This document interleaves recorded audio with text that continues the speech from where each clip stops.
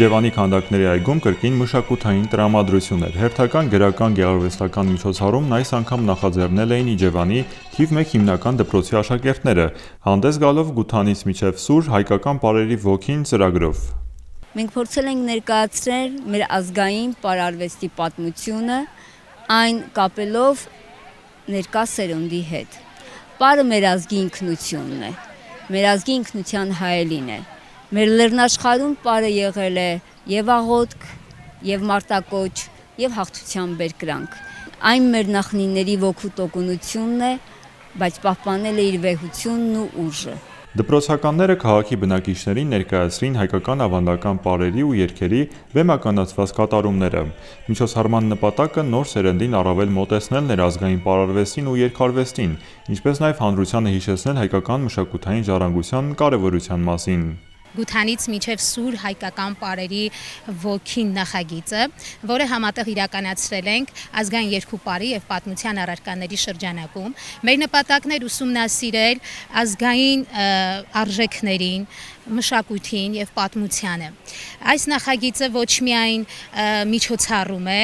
այլ մեր արմատների ինքնության մասին պատմություն է։ Գութան պարերը խորհրդանշել են հայ մարդու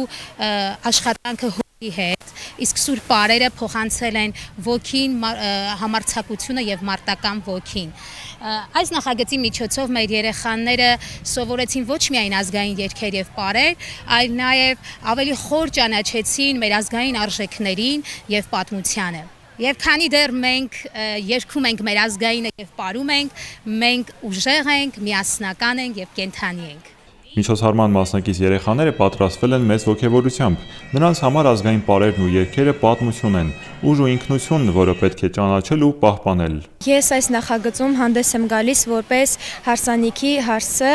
եւ կարեւորում եմ նման միջոցառումները մեր առօրյայում,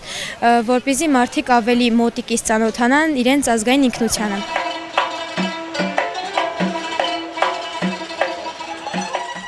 Մենք ուզում ենք, որ յուրաքանչյուր մարդով այստեղ կլինի զգա, որ ազգային երգն ու պարը ոչ միայն անցյալն են, այլև ներկան եւ ապագան։